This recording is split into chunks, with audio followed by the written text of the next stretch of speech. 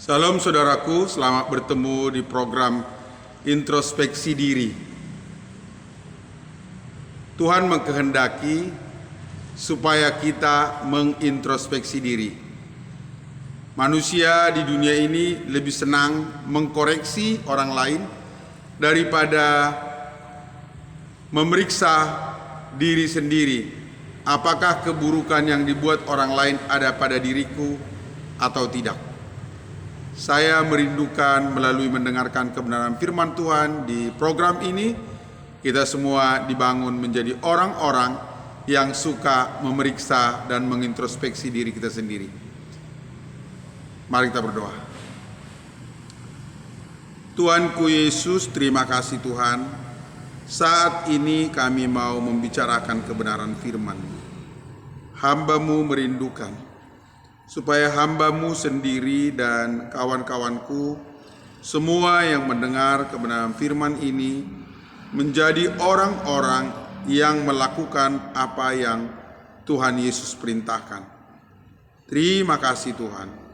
Di dalam nama Tuhan Yesus Kristus, kami berdoa. Amin. Saudaraku, kebenaran firman Tuhan yang kita baca pada hari ini adalah dari Matius pasal 7 ayat 1 sampai 5. Jangan kamu menghakimi supaya kamu tidak dihakimi. Karena dengan penghakiman yang kamu pakai untuk menghakimi, kamu akan dihakimi. Dan ukuran yang kamu pakai untuk mengukur akan diukurkan kepadamu. Mengapa engkau melihat selumbar di mata saudaramu, sedangkan balok di dalam matamu tidak engkau ketahui? Bagaimana engkau dapat berkata kepada saudaramu, biarlah aku mengeluarkan selumbar itu dari matamu, padahal ada balok di dalam matamu? Hei orang munafik, keluarkanlah dahulu balok dari matamu, maka engkau akan melihat dengan jelas untuk mengeluarkan selumbar itu dari mata saudaramu.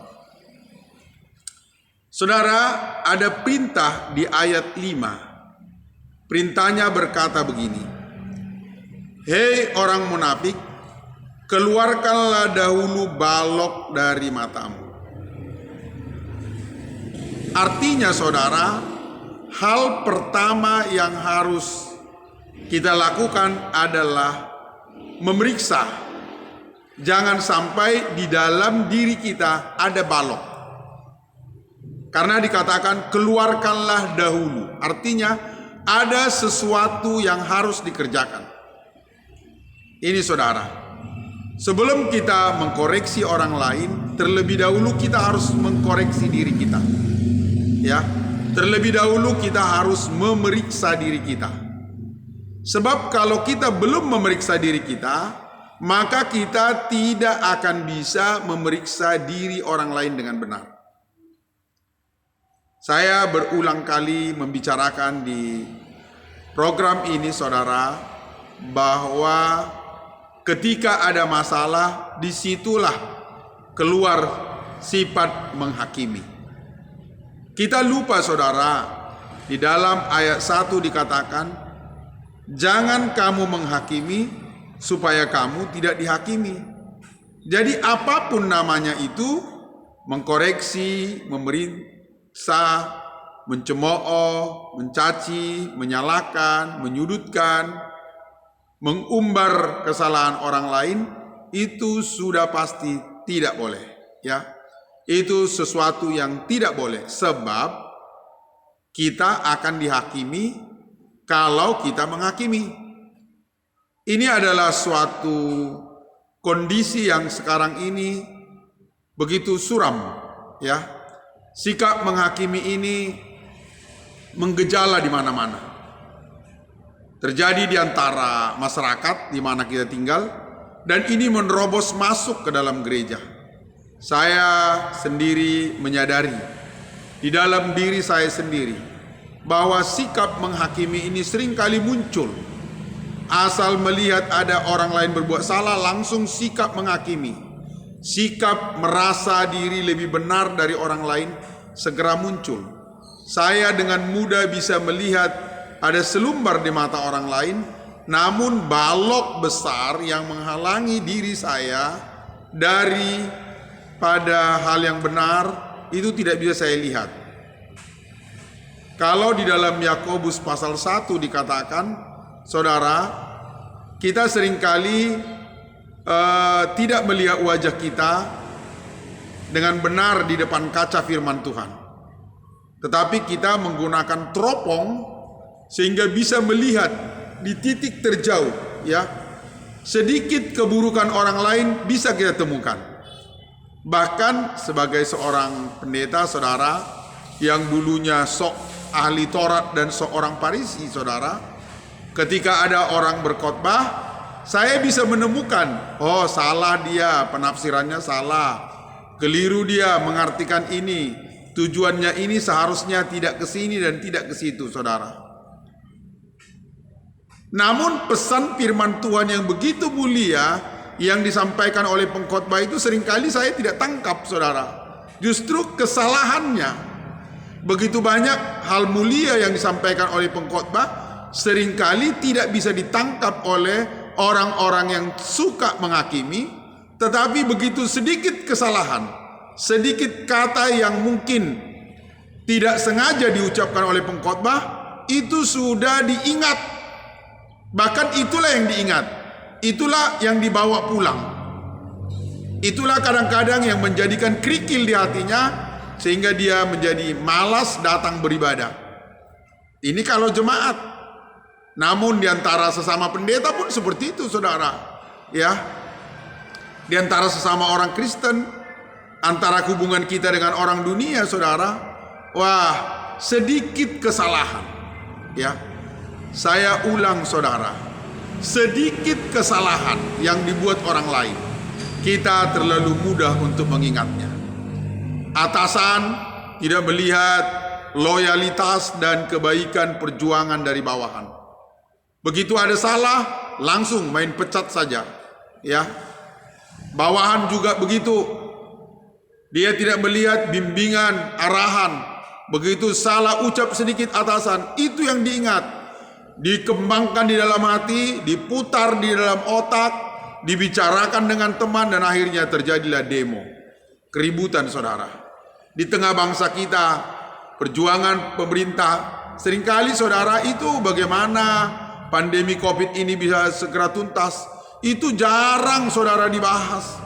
Bukan menjadi kebanggaan, tetapi yang dibahas adalah, oh ini PCR, kenapa harganya segini? Dan itu mulai diputar-putar di media-media mainstream, saudara, dan menjadi kehebohan. Nah ini, saudara, di dalam organisasi-organisasi gereja sama juga. Orang tidak melihat perilaku daripada pemimpin yang baik, tetapi sedikit kesalahannya, kekurangannya. Saudara, kita harus sadar, siapapun kita adalah orang berdosa. Di dalam diri kita ada balok, saudara. Setiap kita mempunyai kelemahan, saudara. Dan kelemahan ini beda-beda antara satu dengan yang lain. Kelemahan saya, saudara, dengan kelemahan saudara tentu tidak sama. Tetapi yang paling penting adalah bagaimana setiap kita boleh mengintrospeksi diri. Mungkin saudara bukan menghakimi kelemahannya. Seperti saya, kelemahan saya itu suka menghakimi. Suka ngomongin kesalahan orang, saudara. Namun yang paling penting, saudara, pesan yang dikatakan oleh Tuhan Yesus melalui Matius pasal 7 ini adalah bagaimana kita untuk melihat, ya. Kembali, kita harus melihat diri kita. Hari-hari yang sudah kita lalui, saudara, apakah hari-hari yang kita lalui itu di dalam perenungan yang sungguh-sungguh untuk melihat siapa diri kita dalam pandangan Tuhan? Karena biar bagaimanapun, saudara, ketika kita bersandiwara di hadapan manusia, ya, kalau hal menghakimi ini, saudara, di dalam bahasa asingnya disebut hipokrit, saudara. Orang-orang hipokrit ini adalah orang-orang yang bersandiwara, ya. Bagaimanapun kita bersandiwara pandainya, saudara, namun kita harus sadar bahwa kita tidak bisa lepas dari kesalahan kita. Sebab mata Tuhan ada mengawasi kita. Dia memperhatikan, dia melihat, dia mengawasi seluruh tindak tanduk kita.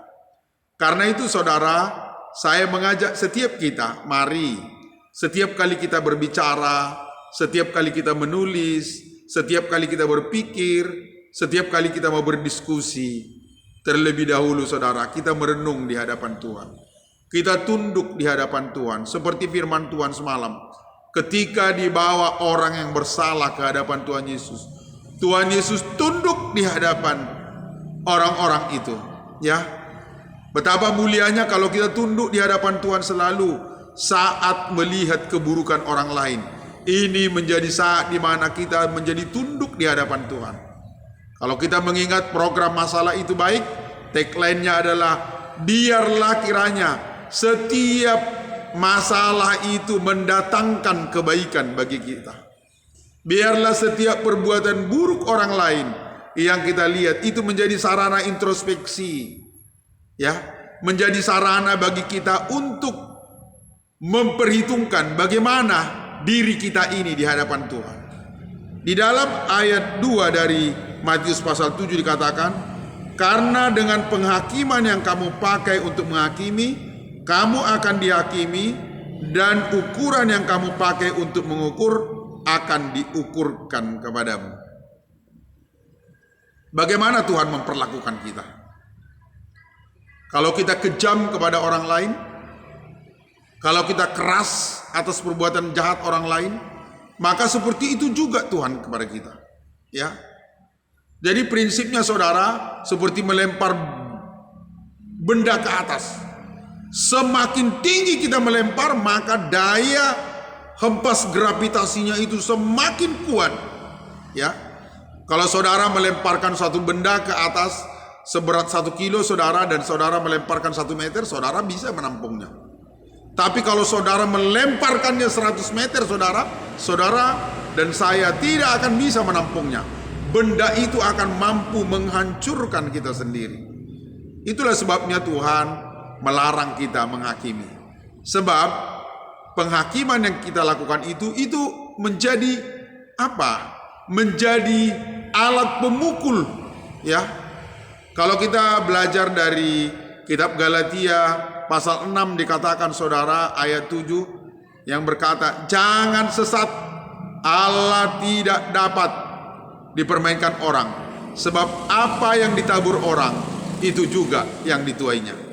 Jadi kalau kata-kata kita lembut kepada orang yang berdosa, maka kata-kata yang lembut yang akan datang kepada kita. Nasihat yang lahir dari kesabaran kepada orang yang berbuat jahat, seperti itulah yang akan datang kepada kita. Sebaliknya saudara, cacian, kutukan, tekanan, hinaan, ocehan yang kita tujukan kepada orang yang berdosa, maka seperti itulah yang akan datang kepada kita. Saudara, saya bukanlah orang yang sudah benar. Saya sedang berjuang saudara. Dan introspeksi diri yang disampaikan pada hari ini adalah pedang bermata dua yang harus mengkoreksi hidup saya saudara. Ya, saya sedang berjuang saudara untuk bertobat. Bagaimana saya meninggalkan kelakuan-kelakuan dan sikap-sikap yang menghakimi, sikap-sikap yang tidak mentoleransi kesalahan daripada orang lain. Kalau kita merenungkan bagaimana Tuhan Yesus mengajarkan pengampunan, ada seorang yang berhutang 10.000 talenta. Dia datang kepada Tuhan dan berkata, Tuhan, aku tidak dapat membayar hutangku. Dan karena Tuhan berbelas kasihan, Tuhan menghapuskan kesalahannya. Namun ketika dia keluar dari hadapan Tuhan itu, dia memaksa temannya yang berhutang 100 dinar kepadanya untuk segera membayar. Wah, bahkan dia memenjarakan temannya. Saudara, akhirnya Tuhan mereka setelah mendengar itu marah, murka, dan akhirnya dia dipenjarakan, padahal sudah diampuni tadinya. Saudara, sebagai orang-orang berdosa yang sudah diampuni dan ditebus oleh Tuhan kesalahan kita, marilah saya mendorong kita ketika kita melihat ada kesalahan yang dibuat orang lain. Mari kita tunduk di hadapan Tuhan berdoa, memohon pengampunan dari Tuhan atas mereka. Dan biarlah kita menghadapi mereka dengan sabar dan lembut. Kita berdoa. Hamba-Mu menyadari Tuhan, aku adalah orang berdosa. Hamba-Mu membutuhkan anugerah, membutuhkan kasih sayang, membutuhkan pengampunan ya Tuhan. Tolong aku Tuhan. Biarlah ketika aku melihat ada orang lain yang berbuat kesalahan, aku tunduk di hadapan-Mu dalam doa. Tidak mengangkat telunjuk, tidak berkaca pinggang, tidak bangkit emosi, tidak mengoceh, tidak mengumbar kesalahan orang lain di media sosial. Tetapi dengan tunduk dan rendah hati, hamba-Mu ini datang di hadapan-Mu, memeriksa diri. Sekiranya kesalahan yang dibuat orang lain itu ada juga dalam diriku. Tolonglah aku, ampunilah aku ya Tuhan. Terima kasih Tuhanku Yesus. Dalam nama Yesus, haleluya. Amin. Sampai bertemu kembali saudara besok di program introspeksi diri. Biarlah melalui membicarakan kebenaran firman Tuhan di program ini, tiap-tiap kita menjalani hari-hari kita dengan mengintrospeksi diri. Ya, jauh kita dari sikap melihat keburukan orang lain, tetapi biarlah kita lebih mengutamakan melihat keburukan diri kita sendiri. Salam saudara, Tuhan Yesus memberkati.